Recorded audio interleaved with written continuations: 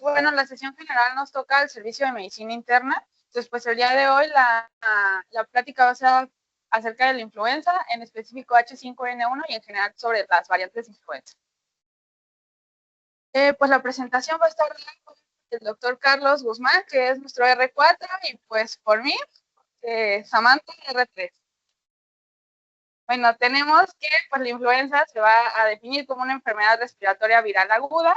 Un poquito más adelante les vamos a comentar las definiciones operacionales que tenemos acerca de la influenza y de las infecciones de vías respiratorias. Pues como saben, van a estar causadas por los virus de la influenza, que van a ser del tipo A y B sobre todo, y pues va a tener una alta carga clínica y económica global, pues tanto para los hospitales. Vamos a tener que el virus de la influenza es un virus ARN, recordando un poquito, Orthomyxoviridae, que va a tener 4 tipos, es A, B, C y D. A nosotros, pues realmente los que nos van a importar van a ser el tipo A y el tipo B, que son los que afectan sobre todo a humanos. El virus pues va a estar formado de un ARN que va a estar segmentado y de esta parte de la segmentación van a salir diferentes subtipos. Por ejemplo, tenemos el subtipo A, que es H1N1, que fue pues la pandemia que tuvimos en 2009, y el AH3N2, que son los que más frecuente nosotros pues solemos ver. Tenemos que el virus de la influenza A se dividen en subtipos sobre la base de las glicoproteínas, que van a ser las de la superficie que va a tener pues nuestro virus. Vamos a tener a la hemaglutinina y a la neuraminidasa. Ahorita les explico más adelante qué hacen pues cada una de ellas. En el subtipo del A tenemos el H1N1, que tiene un linaje que es el PDM09, que es uno de los más frecuentes y de los que circulan con pues mayor frecuencia en la comunidad. Ahorita más adelante también les presentamos unas gráficas que nos ayudó la doctora para que vean como la importancia de que veamos estos linajes y que no solamente es como decir el subtipo de influenza que tiene. También está, como ya les comenté, el H3N2, y por ejemplo, el virus de la influenza B, tenemos los 2 linajes, que es el subtipo B Victoria 287 y el subtipo B Yamagata 1688, que este no lo vemos ya presente desde el 2020, ¿sale? El de Victoria todavía lo encontramos, pero el segundo ya no lo hemos registrado. Tenemos que la neuraminidasa pues va a ser la enzima que va a ayudar a liberar las partículas virales de las células infectadas, y la hemaglutinina va a ser la glicoproteína que va a ser la antigénica que se encuentra en la superficie del virus y, o sea, de la gripe, y es la responsable de la unión del virus a la célula infectada. Tenemos 18 subtipos estudiados de la hemaglutinina y 11 de la neuraminidasa, pero solamente de esos 18 subtipos, 16 que se clasifican literalmente de H1 al H16 son los que van a tener una relevancia, y de la neuraminidasa del 9, que sería el N1 al N9. Estos van a afectar principalmente a aves de corral y a cerdos, y son los que establecen pues los casos endémicos que nosotros solemos presentar. Tenemos 2 definiciones importantes, no sé si alguien las haya escuchado, que es la deriva antigénica o el TRIPS. ¿Alguien la había escuchado antes? ¿Alguien que sepa un poquito de epidemia? ¿No? Bueno, estas van a ser situaciones o de lesiones que va a presentar los aminoácidos que se van a codificar en la hemaglutinina y en la neuraminidasa, que les van a permitir escapar de los anticuerpos que nosotros vamos a tener inducidos por las infecciones previas o las vacunaciones. De aquí la importancia en que cada año va surgiendo una nueva vacuna para que nosotros lo vayamos dando cada año cuando viene la semana, que es como en octubre, y que es la vacunación anual, y son las epidemias anuales que nosotros vamos presentando. Por otra parte, el salto antigénico o el SHIFT es el nuevo virus de la influenza A, que contiene una hemaglutinina y que es antigénica y genéticamente diferente a los virus de la influenza A estacionales circulantes, es decir, los que nosotros ya tenemos, que estos sí van a ser los causantes de las pandemias. En cuanto a la epidemiología, pues no se habrán dado cuenta que llega un periodo que al menos en los hospitales decimos, ya va a llegar el tiempo de invierno, ya van a llegar las neumonías, ¿no? Sobre todo, por ejemplo, la influenza. O sea, llegan como ciertas estaciones del año que nosotros las asociamos a ciertas patologías, a lo mejor no solamente en los respiratorios, también en algunas otras enfermedades, pero nosotros las asociamos. En regiones que tienen una actividad continua son sobre todo en regiones tropicales. Las que son caracterizadas por periodos de climas templados varían en la parte norte y en la parte sur, que es donde las presentamos en ciertas estaciones del año, y las que son en zonas tropicales no tienen alguna estación en específico, sino suelen ser como continuas. La alta carga en niños se va a presentar sobre todo en menores de 2 años, que es donde vemos que más los puede afectar y que llegan más frecuentemente a los hospitales por los casos de neumonía, en este caso de influenza, y pues como ya sabrán, que es lo que predomina en nuestro hospital en los adultos mayores de 65 años. Más o menos tenemos reportadas 300,000 casos de muertes respiratorias al año, no siendo específicas de la causa, simplemente por muertes de causas respiratorias.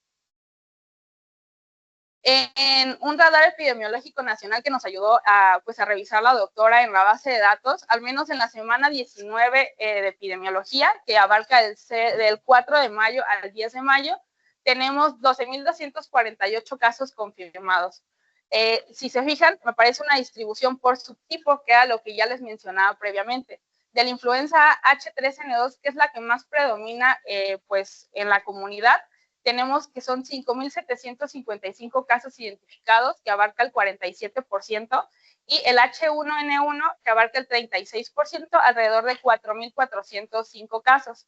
La influenza tipo B, si se fijan, es un poquito menos frecuente comparada a la A, con un 13,3% y 1,633 casos, y la influenza A, que no es subtificable, que es un 3,7%, que abarca aproximadamente los 455 casos.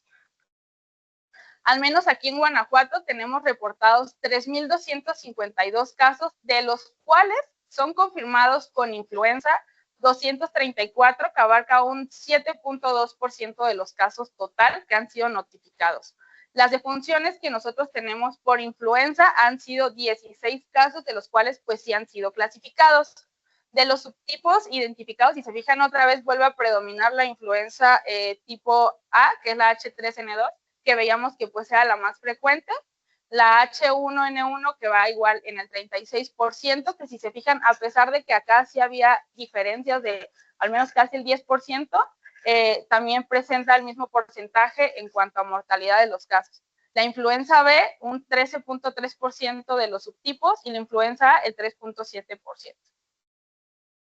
Los estados que presentan mayor número de casos de influenza, pues al final de cuentas es la Ciudad de México, con 1,780 casos reportados, un 14,5%. Después le sigue Nuevo León con 1,019 casos, Querétaro con 1,013 casos, el Estado de México con 916 y Puebla con 869 casos, y pues verán que Guanajuato aquí al menos no aparece.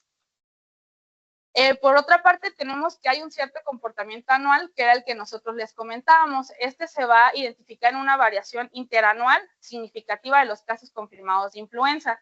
Algunos años presentan algunos picos más claros que podrán coincidir evidentemente con las temporadas epidémicas que han sido más intensas. Aquí en la tablita, no sé si se alcanza a ver, pero esta de aquí fue 2019, que si se fijan fue justo antes de la pandemia, que lo que nosotros más reportábamos pues eran los casos de influenza.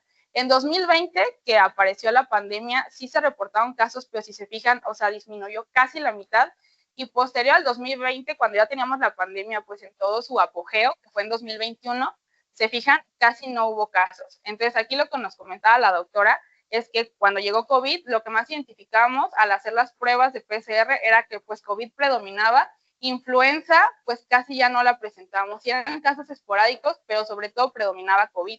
Y esto también lo vamos a ver asociado un poquito más adelante a las medidas que nosotros teníamos de protección, al uso de cubrebocas, al lavado de manos, todo esto iba asociado, y sí se disminuyó muchísimo los casos que tuvimos de influenza posterior a la pandemia. En los subtipos virales tenemos los predominantes, que son el H3 y el seguido por el tipo B. Algunos años igual muestran mayor diversidad de subtipos, lo cual puede reflejar por la circulación simultánea de las especies, más bien de las cepas, perdón.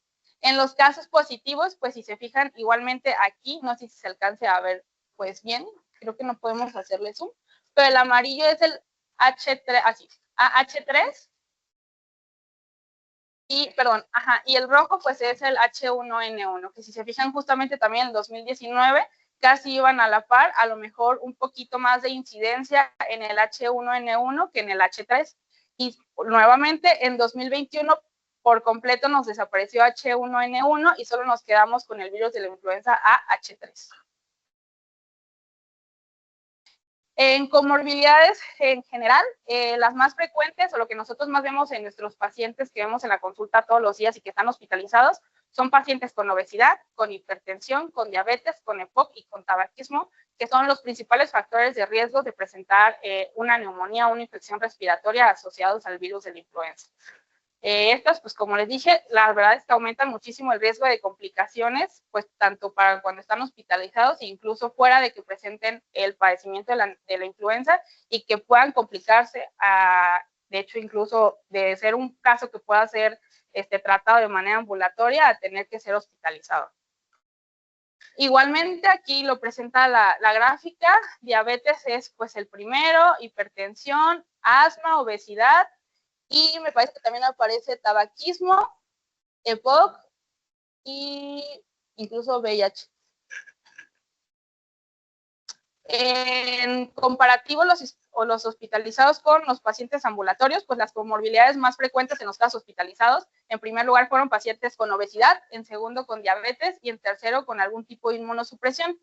Esto sugiere que la presencia de las comorbilidades pues van a ser un factor asociado a la hospitalización y pues evidentemente relacionado a la influenza, lo que es congruente pues con la literatura, la clínica y la epidemiología, ¿no? Que siempre vemos que los pacientes con enfermedades crónicas son los que se van a tender a complicar a comparación de un paciente a lo mejor que es joven o algún paciente que es joven sin comorbilidades. En el canal endémico se construyen canales endémicos para poder ver las enfermedades de tipo influenza y las infecciones respiratorias agudas graves. En ambos casos hay semanas al año en las cuales el número de casos más recientes supera el límite de seguridad o de alarma que nosotros podemos llamar, lo cual indica una situación de brote o es cuando emiten una alerta epidemiológica. Se va a ver bien en las tablas. Si se fijan aquí, le podemos hacer también zoom. Entonces, lo que está en verdecito es la zona de seguridad o éxito, que se quiere decir que mientras el padecimiento, en este caso las barritas negras son los casos que hemos tenido en el año. Entonces, ¿qué quiere decir? Que estamos como dentro de lo esperado, ¿ok? Lo que está es en grisecito es como alarma. Si empezara a ver que mi padecimiento se está comportando o que empieza a salir de lo verdecito y pasa a lo gris, ¿qué quiere decir? Que, bueno, ojo, está pasando algo. Cuando pasa al naranja es cuando ya sale de esta zona y que quiere decir que, bueno, estoy teniendo un número inusual a lo esperado, en este caso de estos 10 años, y pues que mi padecimiento se está saliendo de control. Y si llegáramos a lo que es lo rojito, es que ya totalmente tenemos un problema, hay una epidemia y tenemos que hacer medidas de control pues extraordinario. Entonces, aparte de graficarlo por Irak, que es enfermedad respiratoria grave, nada más que como no hemos tenido casos, me enfoqué en el año pasado. Entonces, como ven, el año pasado, lo que fue a partir de la semana 20, pues empezó a salir de control, tuvimos un número mayor a lo esperado, pero sin embargo cerramos el año pues de una forma dentro de nuestra zona de éxito o de seguridad.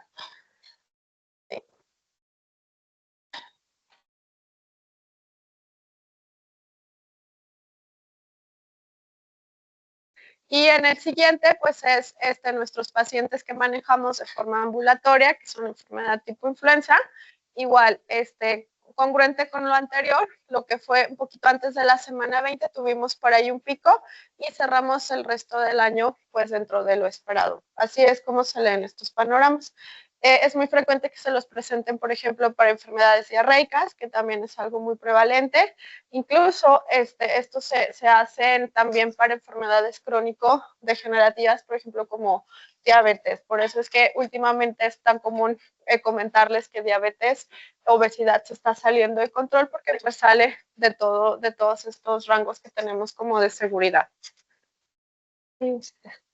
En humanos fue en abril de 2025, que fue en un año de 3 años que estuvo en Durango, no sé si se acuerdan de la noticia, fue la que pues, fue como más viral, y pues que tristemente falleció. Lo único que conocemos realmente del caso, porque sí intentamos buscar un poquito más a fondo, es que pues sí recibió el tratamiento con el oseltamivir, fue lo único que tenemos registrado, pero pues falleció.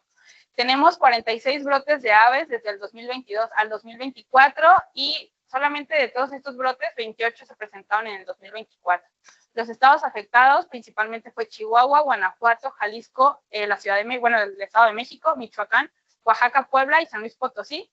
La OMS pues consideró un bajo riesgo para la salud pública y no hubo evidencia de transmisión sostenida realmente de persona a persona. ¿Alguien sabe o tiene una idea de qué son las epizootias? ¿No?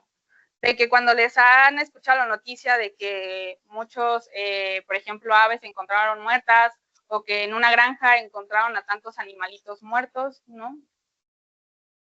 Bueno, vamos a tener que, por ejemplo, el virus de la influenza aviar, pues es altamente patógeno como el H5N2, H7N3 y H5N1, que fue el que estamos presentando. El primer caso de relevancia se presentó en 1994, donde hubo un primer brote de influenza aviar, que fue del tipo H5N2 en México. Desde ahí se empezó más bien a hacer un programa de erradicación. En 2012 se presentó otro en Jalisco, que fue el subtipo H7N3, donde muchas aves fueron sacrificadas.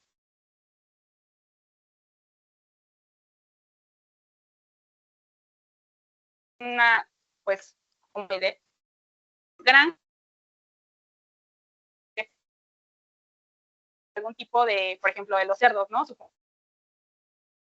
Los cerdos, pero no sabemos por qué es. Entonces, también a lo que nos explicaba la doctora, aquí lo importante es, pues, realmente averiguar por qué murieron tantos, ¿no?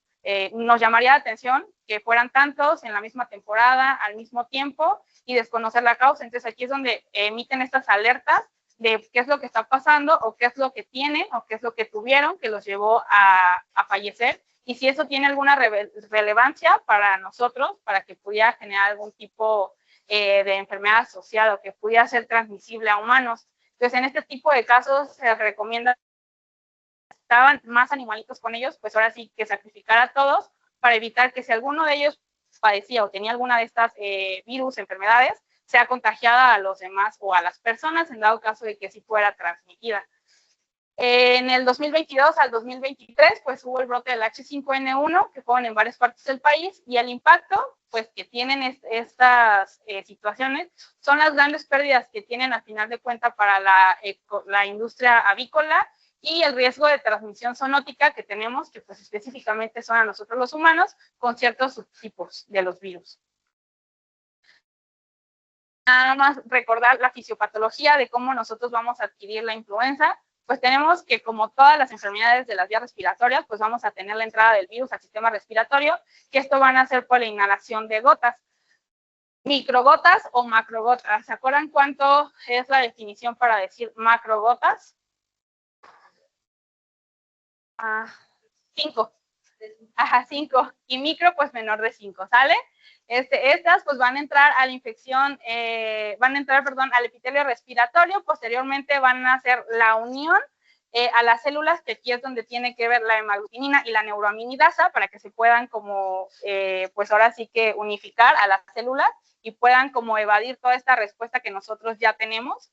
Posteriormente viene la fase de replicación, donde ya viene la liberación de citocinas, la interleucina 6, la interleucina 1, el factor de necrosis tumoral alfa, que todo esto, pues ya ahora sí van a hacer que se presenten los síntomas como tal de la enfermedad, los síntomas que van a ser característicos y que ahorita los vamos a ver más adelante.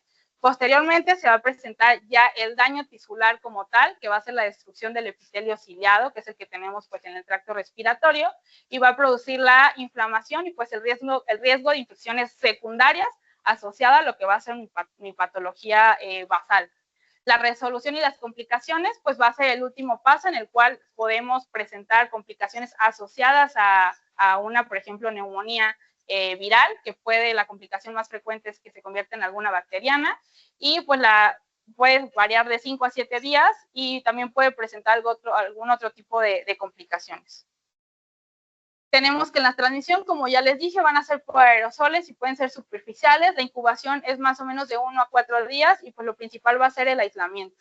Algo que me llamó mucho la atención, que yo no sabía, al menos en pediátricos, era que cuando un paciente pediátrico tiene el virus o que ya está infectado, la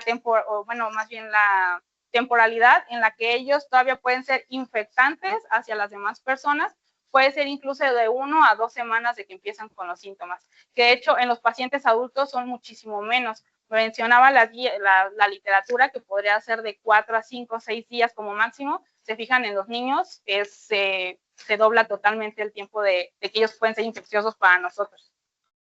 El cuadro clínico y las complicaciones, pues principalmente son los síntomas característicos, que va a ser la fiebre, la cefalea, las mialgias y la tos, que sobre todo va a ser tos seca. Las complicaciones, la principal, como ya les dije, va a ser una neumonía en el 18% de los casos, puede generar una miocarditis en el 6% de los casos y una encefalitis únicamente en el 2% de los casos. El mayor riesgo, pues como sabemos, siempre van a ser para las pacientes embarazadas, para los niños y pues para los pacientes inmunodeprimidos, que era lo que ya les comentaba previamente.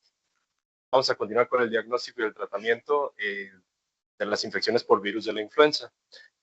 Y bueno, en cuanto a las técnicas diagnósticas con las que actualmente nosotros contamos, van desde el PCR hasta pues únicamente la clínica, dependiendo de dónde pues, estemos localizados y en qué institución o a qué nivel estemos trabajando, ¿no? Va a haber lugares donde simplemente pues no vamos a tener ni el presupuesto o la instrumentaria para poder solicitar o realizar una PCR o pruebas de antígenos, menos serología o el multiplex PCR, ¿no? La reacción en cadena de polimerasa, pues ya sabemos que ahí es la cadenas del ARN, que permite la detección y las compara y permite la detección de diferentes virus. Y pues otras pruebas, herramientas que tenemos son las pruebas rápidas, pero son muy poco sensibles para en nuestra institución, pues nos vamos a sobre todo a la clínica y pues PCR, ¿no? Los estudios con los cuales contamos aquí. Respecto al tratamiento, bueno, realmente pues van a ser puras medidas generales y tenemos dentro de nuestro armamento dos antivirales, en este caso raminidasa. Aquí en la institución contamos con los antivirales, el más nuevo, el más nuevo se conoce si mal no recuerdo, 2018, y pues tienen eficacia permanente dentro de los primeros 5 días y la mayor actividad que vamos a verdaderamente darle beneficio al paciente va a ser cuando se den dentro de las primeras 40 horas iniciados los síntomas, ¿sale? Los inhibidores de la neuraminidasa, como ya les comentó Samantha, es una proteína de parenquima que permite o escinde el ácido ciálico. El ácido ciálico es un componente de la barrera celular que en el momento de contacto va a poder liberar esa célula infectada, los viriones que se encontraban en su interior. A nosotros bloquear este proceso de liberación o de escindir el ácido ciálico, los virus se quedan dentro de la célula que permite ser fagocitada y pues se elimina o se reduce la propagación propia del virus, ¿vale? Es por eso que estos medicamentos únicamente tienen efectividad o beneficio clínico cuando se dan dentro de los primeros 5 días, idealmente dentro de las primeras 48 horas. Iniciarlo después, pues la verdad es que tiene poco o nada de beneficio, ¿sale? Bueno, las dosis de oseltamivir pues están bien definidas, vienen incluso en la GPC. Todo paciente mayor de 13 años, 75 miligramos cada 12 horas por 5 días y se acabó. La cajita es lo que trae y pues es lo que se tiene que tomar.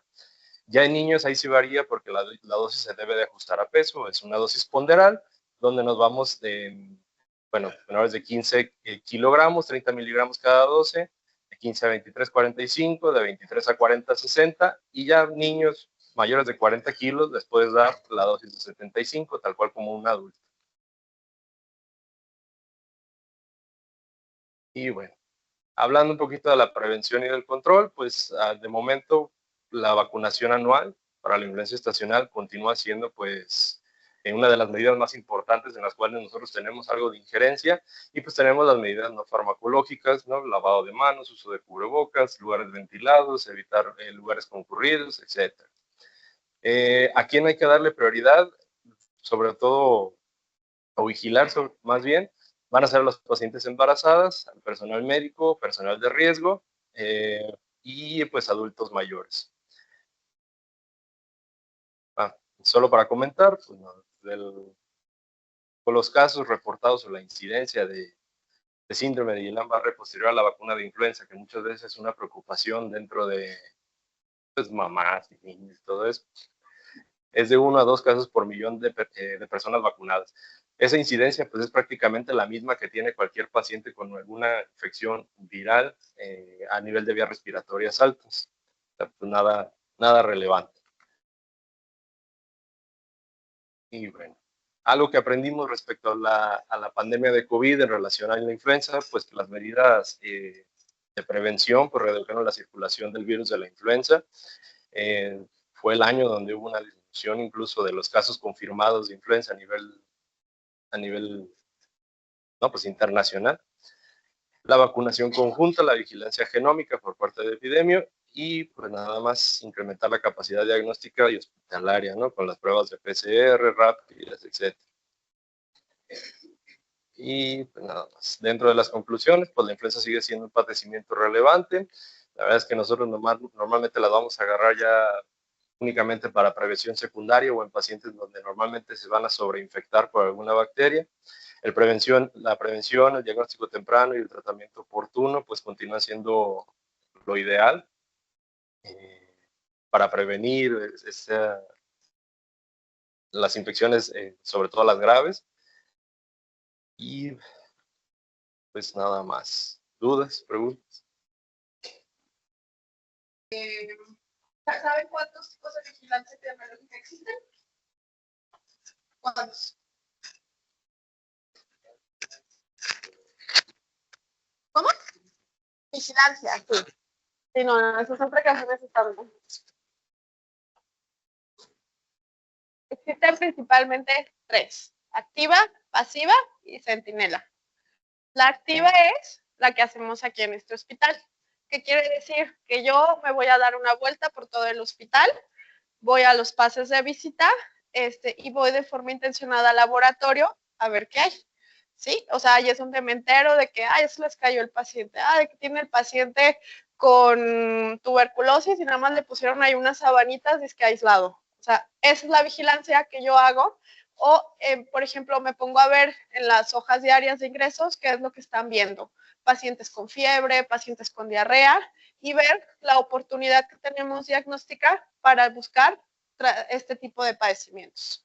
La pasiva es aquella en el que el médico de la consulta externa como tal, de forma intencionada, me dice, doctora, tengo un paciente con sospecha de influenza, ¿qué le hago? Muy bien, doctor, hacemos la prueba, shalala, y el proceso, que esta es la que se hace frecuentemente. Y la centinela, en este caso, no sé si ustedes sepan, pero nosotros aquí en este hospital somos una unidad USMER. ¿Qué quiere decir? Que de forma intencionada buscamos y muestreamos para contribuir con estas estadísticas. Las estadísticas que les mostramos son las que se generan en este hospital. ¿Qué quiere decir? Que, por ejemplo, todos los pacientes que tenemos hospitalizados graves y les corremos una prueba de influenza y COVID, cierto porcentaje de esas muestras, aproximadamente un 10%, se van al INDRE. En el INDRE es donde nos hacen estas tipificaciones para poder decir de qué linaje son y cómo en nuestro hospital se están teniendo estas características los pacientes. Esas muestras, a su vez, las mandan a los CDC en Estados Unidos, que tienen un banco a nivel internacional y se encargan de crear las directrices para decir qué tipo de vacuna es la que se va a estar produciendo año con año. ¿Por qué? Porque cambia la vacuna año con año. Por lo que acaban de comentar. ¿Por qué? Porque este año hay un tipo serológico prevalente que es muy diferente al año anterior. Entonces, es incorrecto decir, pues nos sobró vacuna del año anterior, la aplicamos este año. ¿Por qué? Porque muy probablemente pues no va a entrar vigente. Aquí en México se aplica una vacuna que es tetravalente para influenza, nos cubre influenza A, B, y nos incluye las variantes, la H1N1 y H3N2, con sus subvariantes. Entonces, si ustedes se meten a la OMS, pueden ver cuál es el serotipo circulante este año y muy probablemente la vacuna que nos van a aplicar en el próximo octubre. ¿Okay? Entonces, la importancia o la diferencia entre complicarte que te mueras de neumonía y que te dé un gripón es la vacuna. Eso es lo que radica. Tengo un amigo que tristemente en la residencia le dio influenza, se murió. ¿Y por qué? Porque pues no se vacunan. Entonces, o sea, no es idea de nosotros, ya está muy bien evidenciado de que la vacuna te ayuda a prevenir complicaciones. Y no solamente hablo de influenza, sino en general de todos los padecimientos. Entonces, la siguiente vez que les vayan a ofrecer la vacuna y digan que no, pues bueno, apelo a su conciencia. Y listo. Muchas gracias.